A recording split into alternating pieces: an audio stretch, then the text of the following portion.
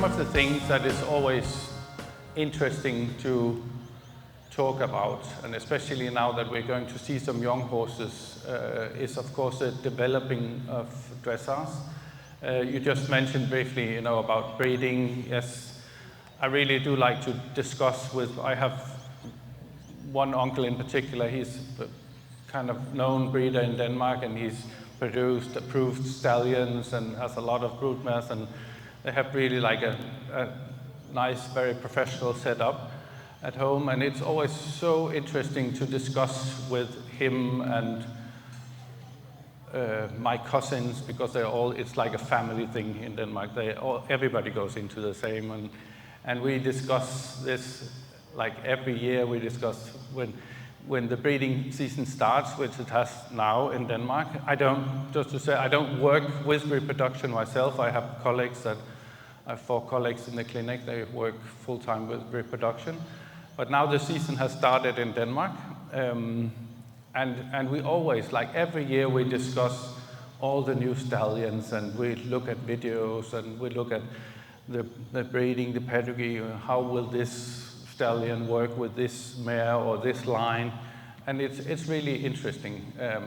And within that area in particular, reproduction and breeding, everything goes just so fast. I mean, what we thought was impossible, like just 5 years ago, is now widespread. Everybody is doing it. It's possible, and it's the same also here, I guess. I mean, things that weren't possible like 10 years ago is now possible for almost all of us, to import semen, or the way we treat our broodmares in order to get the best conditions for them and get the best foals.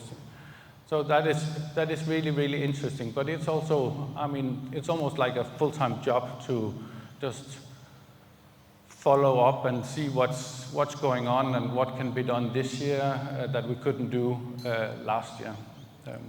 But I have some really interesting discussions, like every year. We meet up in, my family and I, we meet up in Herning at the stallion show, and then we talk and discuss about all the stallions that they bring out. And that's it. I mean, like every year we have these wonderful discussions. We don't always agree, but that's just the thing. You could sort of sit down and have a look at all the pedigree and the breeding and the lines and what would work really good with that one. And I remember my uncle, he had like years ago, he had like a really good mare that produced a lot of very good foals, good offsprings. But the thing is that at the end, I think 5 out of 8 offspring were put down before the horses like turned 6 or 7. And I always try to hold up my uncle, against this, because what they thought was like really, the thing is, if you have these broodmares that get like a foal every year, it takes a while before you actually realize that here we might have a problem. So one year you can produce like a really good foal where you think, okay, this might be one of the best foals I've ever had or we ever produced. And then you think, okay, maybe we do the same combination the next year and the year after. And then the first foal is like turning 2, 3, maybe 4, and then you start seeing some problems that we didn't know about the first couple of years. And that was a little bit the thing. We learned a lot from that case in particular. And the sad thing was that they had really problems with osteochondrosis in the neck, but we didn't really know. It's some years ago now, but that is also one of the things that I think we've done so much better now than we used to, in order to get rid of some of these problems. This osteochondrosis, that's like a disease that also causes like joint fragments, mostly in hocks, fetlocks, stifles. But in some horses we also see it in the neck. And that combination with that mare and some stallion lines that we used was just a really, really bad combination. So, as I said, we had 5 horses put down. I bought one of them, which was a really, really nice mare. But there is nothing really to do. I think 3 of them sort of developed kind of a really severe wobbler, but kind of late. I mean, wobbler syndrome is something that we see kind of early with the horses within the first couple of years, but they develop it quite late, these horses. So very interesting, but also very kind of scary in a way that we saw it so late. I mean, after 5 years, we saw this tendency. But that has made us really think about now what we do in breeding, what kind of stallions we use for what different mares. One of the good things about the breeding in Denmark, and the thing about breeding, even though everything is going so fast, I mean, we like every year we have something new in that field, but nevertheless, it's still something that you have to develop over the years, and it takes many years. I think one of the reasons why the Danish warm blood is doing so well now is that they have developed this program, and it has taken years. I think we're talking like 30, 40, 50 years of breeding in Danish warm blood. And for those of you who don't know Danish warm blood, that's like almost all breeds, like Hanoverians, Holsteiners, and Trachinas, and everything is just like put together in the same bowl, but goes under the same name, Danish warm blood. It's like a very typical, but also very modern riding horse type. What they really focus on is the rideability and the temperament, which I really personally think is really, really important. Because, I mean, at the same time, they also produce really high quality horses with really, really good paces and sort of super nice top lines, and they're all looking really, really good. But what they do think is that it is important with this rideability, and that is why we have all this testing. And I know a lot of breeders think that the way we test the horses is kind of hard on the horses because we start them very early with the testing. We start them already at 2 years old. One thing is the whole approval sort of with the stallions. They start them really early with the training as 1, 2 years old until they go to the stallion approval at 3 years old. And that is kind of tough for some of these stallions. And the same goes for the mares. All our mares are tested now. They do like either 30 or 90 days of testing where they are stabled at a testing facility, so we test them all. But I think it's really, really important because like years ago, what we would do if we had a mare that didn't do well in competition or she had an injury or something like that, then we just put her to one side and then we started rating that mare.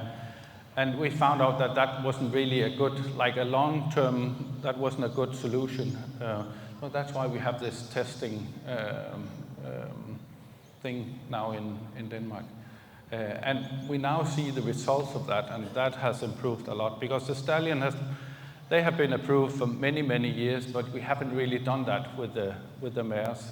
And I think for many countries that will be sort of the next step. Also when it comes to all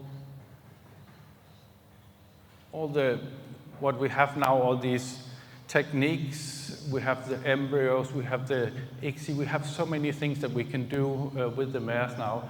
And again, I mean, years ago, maybe like 8, 10 years ago, when for all the embryos, we just said, oh, we just take some mares, and we had some trotters, and we had some racehorses, retired racehorses, and then we just used them. But we also now see that that wasn't really the most optimal or ideal thing to use these mares. So now we know that it's important also, even for embryos and these other techniques, we have to use good mares. So that is something for the coming years and other breeding federations to actually think about and have some standards set up for this also. I remember years ago we had, and that was also, we worked on that in my clinic when, like, that's, what is it now, like 15, 20 years ago, when we had some of the world's first clones. We had one client in our clinic. He was a very, very good show jumper. He had a horse called Quidam de Revel, very famous French show jumper, that stallion that ended up in Denmark. And he did really well, and he was at the Olympics and things like that. And these people, they really, really wanted a new Quidam de Revel. They wanted another one, so they cloned him. So they made 2 clones out of it.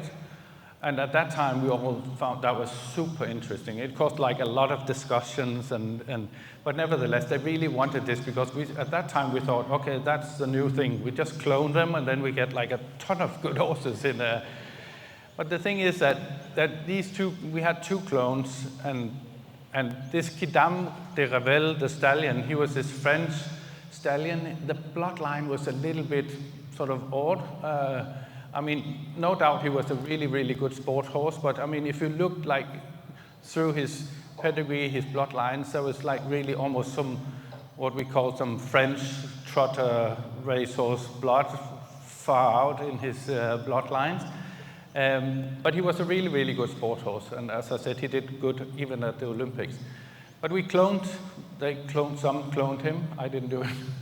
But, and we had 2, and that was kind of interesting, because the mares that we used for these clones was, one was like this short little, I don't know if you know this breed, this fjord, Nordic fjord horse, you know, these small yellow fat ones with legs like this, and they're really nice horses. They are, but we had one of them, she was kind of the reserved mother for one of these clones. And none of them turned up in the way we kind of had hoped. I mean, we didn't produce like a new Olympic medal, none of them. I mean, one died from, it had some kind of colic because he had like a parasite worms in. I mean, we had so many problems with these clones, and none of them really turned up the way they were. So they were both small, and they didn't look like the, so to say, father at all, nothing like it. And one of them was really like aggressive and not well behaved in that way. So I think in that way we learned quite a lot, but at that time it was all new, and it did cost like a fortune, I remember, for these clients to produce them. But I think this about cloning, for me nowadays, I see it like a step backwards. I mean, this is just like us, you know, having this idea that I want to create something that was good like years ago.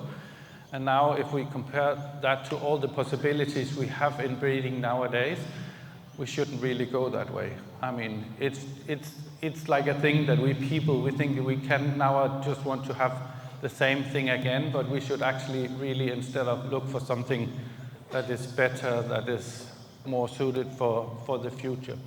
So for me, like cloning is like going back in time because I want to produce something that was good years ago.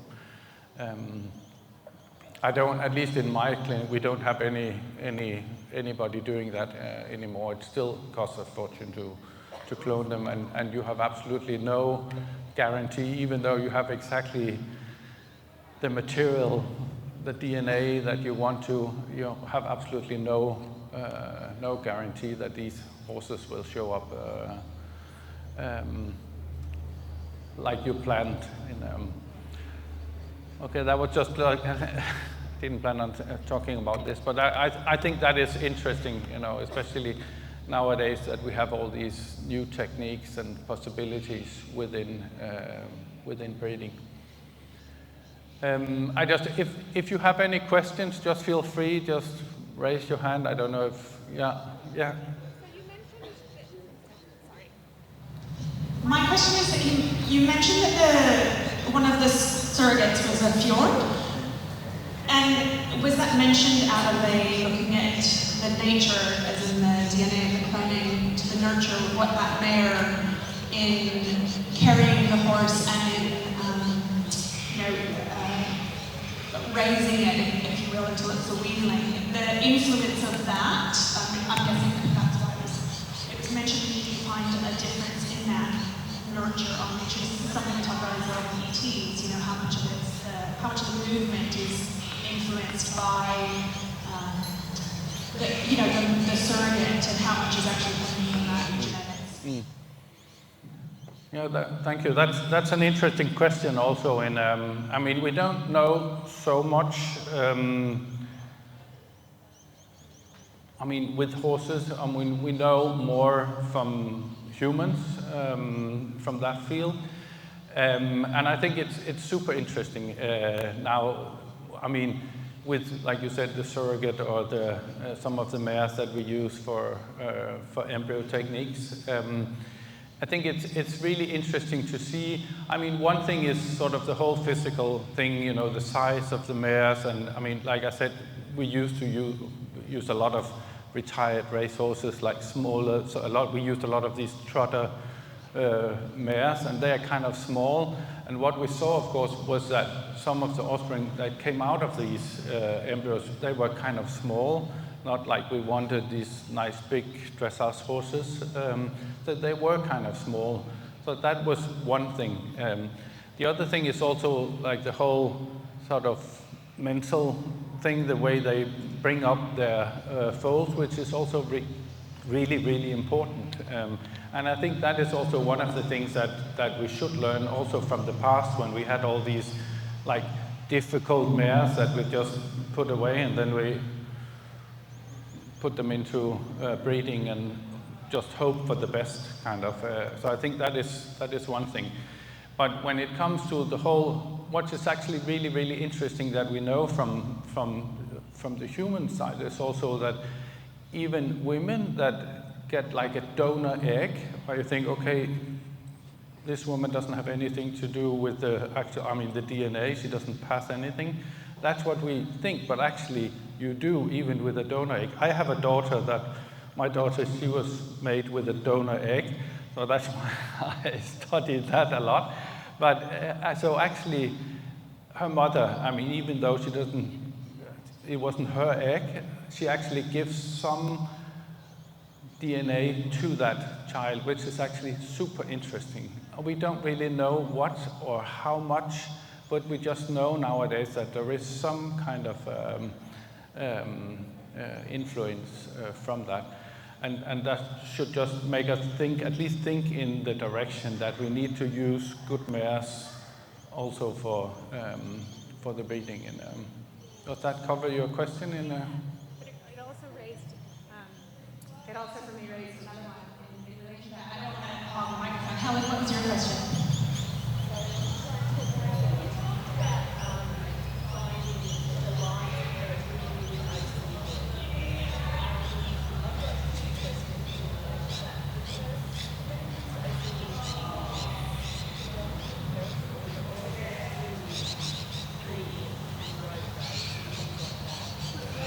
So, can I just say that for everybody that hasn't heard yet, and then I'll translate the second half. So Helen has a question about OCD and the heritability of OCD, and looking at how much of it is coming from that genetic link and how much of it is coming from feeding and growth rates and things. Second question.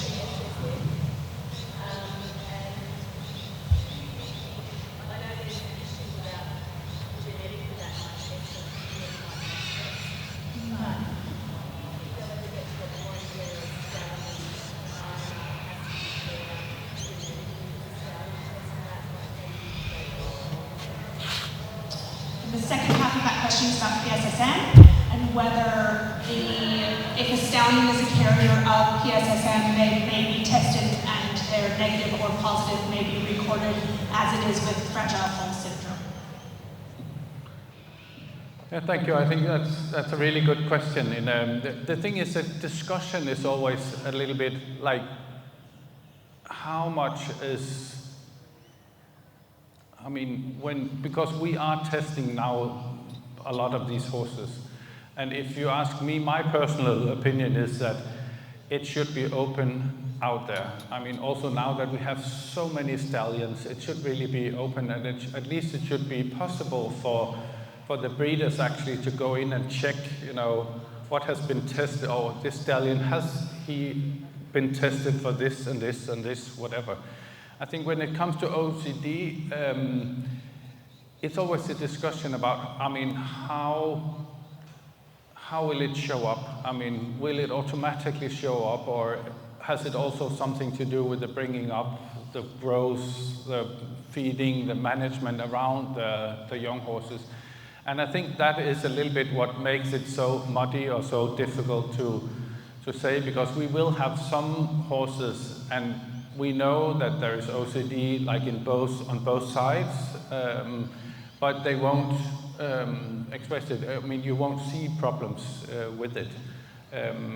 We also have to, I mean, we are a little bit limited in that way, that the way we set the diagnosis today is mostly via x-rays. We see the changes on x-rays, but we also know that there are some changes that we can't see. We can't see some of these like smaller or minor problems in the cartilage. We won't see that on x-rays. We will only see that if we make like an arthroscopy into the joint and see how the cartilage is, and that is the main thing about this osteochondrosis. It is like a disease in the cartilage. So yes, sometimes we are limited in our way of setting the diagnosis. But I think it's a very interesting question, and I think the only way to get rid of some of these things are being really strict on it, and then just test for it.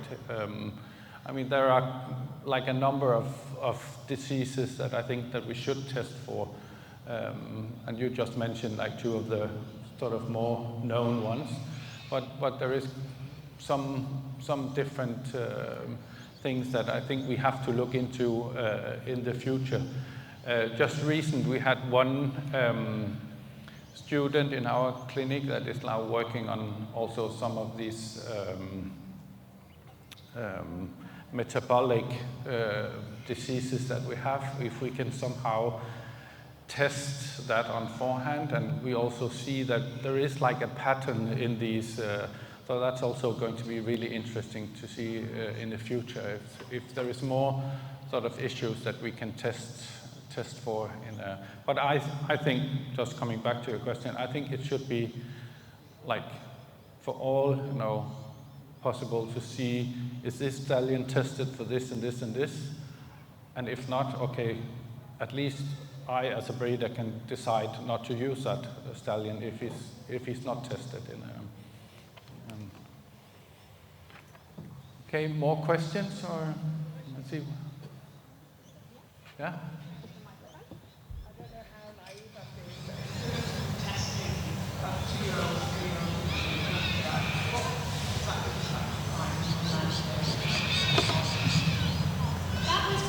Question as well, to say, if you're, you know, what have you found is the most prevalent aspects to test? You know, if you're bringing a 2-year-old in and you're stabling it as one of the aspects, if you're looking at behavioral issues, are you seeing enough confrontation from the stabling to test a behavioral issue? Are you looking at how it relates to other horses? You know, sort of what key, you know, you're putting it through certain tests, and I guess what key aspects are you looking to test in doing? Yeah, what do you do with, yeah. I mean, besides that, I think for some of these, especially, I always think, I mean, for the young horses, that it's kind of a tough thing for them, and because some of them are just being brought to these testing stations, and most of them have just only been broken in like very, very little training. So for them, it's like a big thing to enter these testing facilities. So normally what they would do is that they bring them in like for hello. And then they'll stay there for either like 30 days or 90 days, depending on the test. And they will be ridden by usually professionals and trained by the professionals there. And then after 30 days, they'll do like this test. Then the whole breeding commission shows up and they'll all stand there with their hats and glasses and look at them, and and then they'll come up with some kind of conclusion at the end. But what they do is, of course, that they look at the horses and look at them sort of quality-wise. I mean, how are they built, conformation, but also the paces. And then they will look for rideability, how they deal with that. And it's not only how they perform on the day, but they also talk to the people at the facility testing center, see how have they dealt with these 30 or 90 days. So I think it's really super interesting, but it's also hard on the horses, and not all horses will deal with it. So it is. Sorry? No, not if you have kind of trained your horse, and that's also like a whole other discussion, because I am sort of in favor of start training of your horse quite early, because we have quite some evidence saying that if you start training early with your horses, then they are more sort of ready to deal with, if we're talking riding horses, to deal with training later on in life. So that's also up to the breeders, because if you're that kind of breeder, like my uncle, he's like a stupid farmer. He'll just take the horses from the field and then shove them into the lorry and then take them to the testing station, and he'll be like, oh, why don't they behave like that? That's just him. But some of the breeders are really, really good. They've done a lot of training and work with the horses before, so they are super prepared when they show up for this, and also like mentally prepared, because I think that's for most of these young horses a big challenge. Not all cope with it. They don't. So that's just a little bit us, as breeders or horse owners. That's our responsibility. If they can't deal with it, cope with it, then we have to say, okay, maybe that was too early. We'll bring her back next year or the year after. That's up to us. So that's just part of it.